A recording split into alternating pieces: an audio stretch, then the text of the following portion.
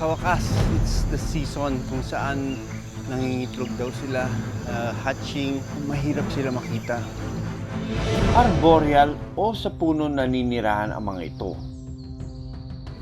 Tagal na natin naglalakad, wala pa tayong nakikita. Pero dito usually nakakita si Romel ng mga forest dragons.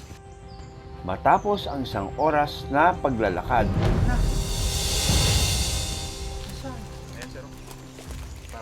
Okay. Kasi parang nagko-camouflage siya. Ang tagal ko bago naspatan yung tinuturuan ni Romel. Pero ito, wow, yung height niya.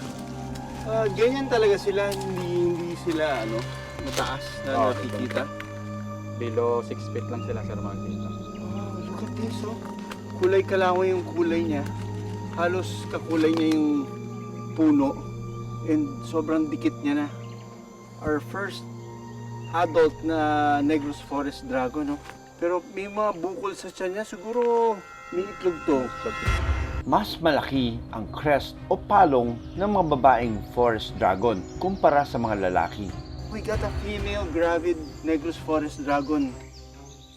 Oh, look at this, oh. Ang haba ng mga limbs niya, payat. Sa ilalim niya is mas lighter yung colors niya. Look at those legs. It's designed to climb, to dig. Yun natin yung ngipin nito. Okay, serrated, oh.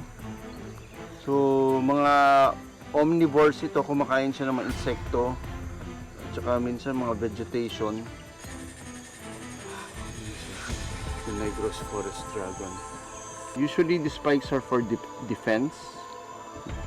Pati mga buntot niya. Pag hinuli sila ng predator, napuputol to. Defense na rin nila yan para makatakas sa kanilang kalaban. Pero pag naputol yan, they have the ability to regenerate their tail. Matapos suriin, agad naming binalik ang Negros Forest Dragon sa puno. We're so lucky na nakakita tayo ng adult Negros Forest Dragon. Pero sabi nila may mas malaki pa dito, doble yung size. So we're gonna let you go.